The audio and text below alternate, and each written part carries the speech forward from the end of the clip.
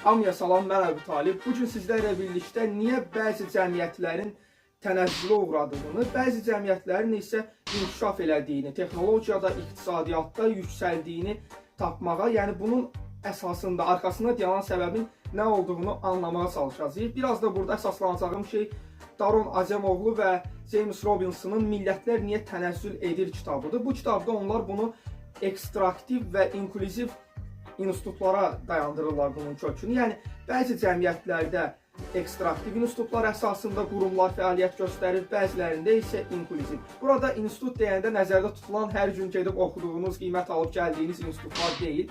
Bunu anlaşılan dildə desək, daha sadələşdirsək, yəni, əgər cəmiyyət bir kompüter oyunu olsaydı, həmin oyunun qaydaları, həmin oyunun o yazıldığı kodlar onun institutu olardı. Yəni, institusional qurumları olardı. Cəmiyyətdəki qurumlar, idarə etmənin necə bölüşdürülməsi, gücün necə bölüşdürülməsi, qaydaların, qanunların necə formalaşması, bunlar bir cəmiyyətin hansı institusional təməllər çərçivəsində formalaşması ilə bağlıdır. Və bu kitabda da belə qeyd edilir ki, bu iki cür yerə bölünür. Tənəzzülə uğrayan cəmiyyətlərdə həmin bu iqtisadi və siyasi institutlar ekstraktiv iqtisadi və siyasi institutlardır. Digər tərəfdən inkişaf edən cəmiyyətlərdə isə bunlar inklüziv siyasi və ya iqtisadi institutlardır. Kitabda bir çox yerə toxunulur. Coğrafiya və ya məsələn deyilir ki, bəzən bir söz də var, hətta coğrafiya kaderdir deyirlər. Ən çox da Türkiyə mediasında bundan qarşılaşırıq. Misallar çəkilir ki, eyni coğrafiyada, hətta iki yerə bölünmüş, fərqli ölkələrin torpaqlarında qalmış şəhərlər olur ki, bəzilərində inklüziv cəmiyyətlərdir, bəzilərində isə ekstraktiv institutlarla formalaşdığı üçün bəziləri tənəzzül edir, bəziləri isə hissələnir. Bəs yaxşı, ekstraktiv cəmiyyət nədir, inklüziv cəmiyyət nədir? Ekstraktiv cəmiyyətlərdə bütün iqtisadi, siyasi və hərbi güc zaman keçdikcə bir qrupun əlində cəmləşməyə başlayır. Və belə cəmiyyətlərdə artıq güc bölünmədiyi üçün, idarə etmədə, yəni güc parçalanmadığı, genişə yayılmadığı üçün zaman keçdikcə daha da çəmbər daralmağa başlayır. Bununla da getdikcə innovasiya zəifləyir, texnologiya zəifləyir və rüşvət başlayır, yolsuzluq başlayır.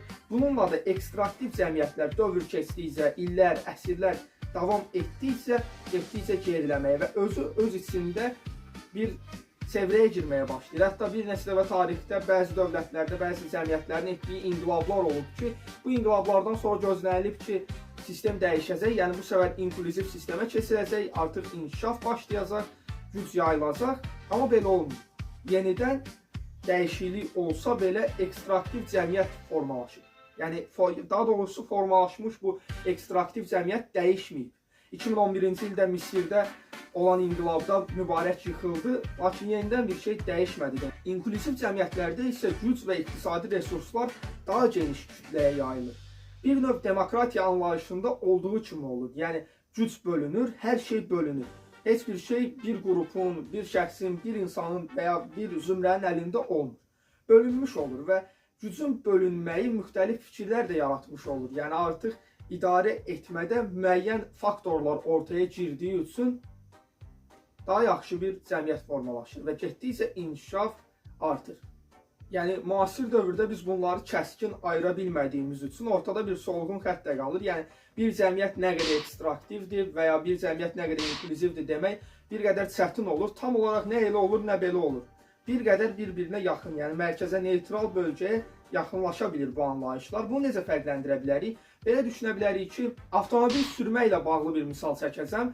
Sürücünün səlahiyyətləri nədir? Sürücünü bir insan, yəni avtomobili sürən sürücünü bir cəmiyyət kimi görək və avtomobili də bir dövlət kimi düşünək. Burada sürücünün gözünün ayrı bir funksiyası var, qulağının ayrı bir funksiyası var. Biri siqnal verəcəksə və ya qəza yarana bilərsə onu eşitməlidir. Ayağının ayrı bir funksiyası var. Hətta hər iki ayağının, daha doğrusu bir ayağının ayrı funksiyası, qollarının, əllərinin ayrı funksiyaları var. Əgər ekstraktiv cəmiyyətlərdə getdikcə səlahiyyətlər bir mərkəzin üzərində toplanmağa başlayırsa, məsələn, ancaq ayağımın üzərində bu səlahiyyətlər toplanır və artıq onun sözü daha çox keçir, onun qərarları, onun etdikləri mərkəzdə toplanmağa başlayırsa, mən ancaq qaza basacam və ya ancaq geriyə gedəcəm, tormuza verəcəm, fərq eləmir. O nə eləyirsə, onu eləyəcəm. Artıq əlimin səlahiyyəti azalacaq, gözümün səlahiyyəti azalacaq, qulaqlarım artıq tam eşitməyəcək. burada da hara gətirib çıxaracaq? Ekstraktiv cəmiyyətlərdə olduğu kimi işlər bərbad hala getməyə başlayır bu tərz hadisələrdə və nə olur? Düzgün, daha səmərəli görmədiyim, səmərəli eşitmədiyim və səmərəli Sükanı çevirmədiyim üçün gedib ya qəza eləyəcəm, ya yerimdə qalacam.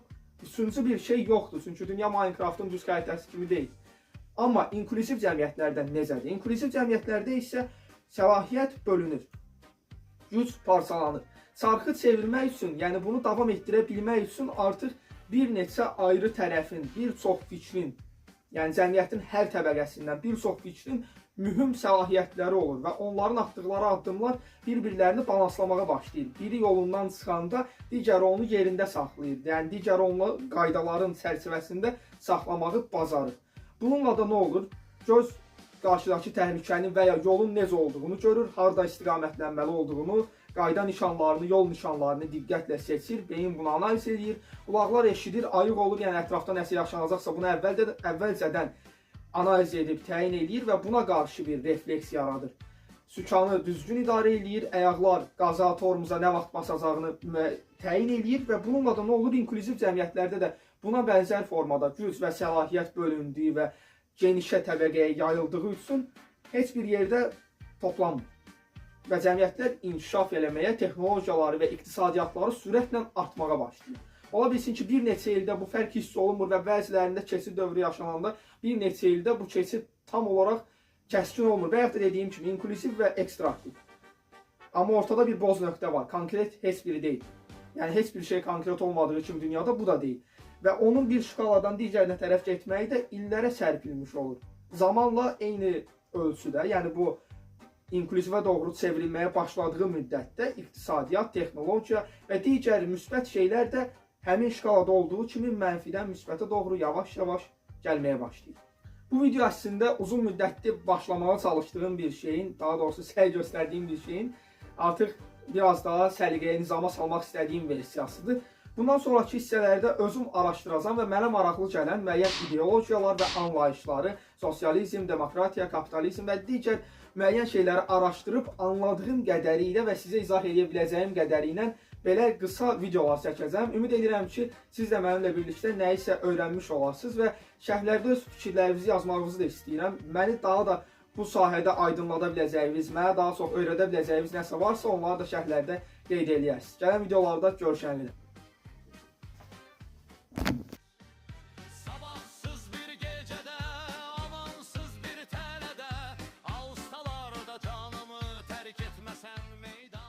Bəzi cəmiyyətlər inklusiv institutlar əsasında qurulub, bəzi cəmiyyətlər isə ekstraktiv institutlar əsasında qurulub.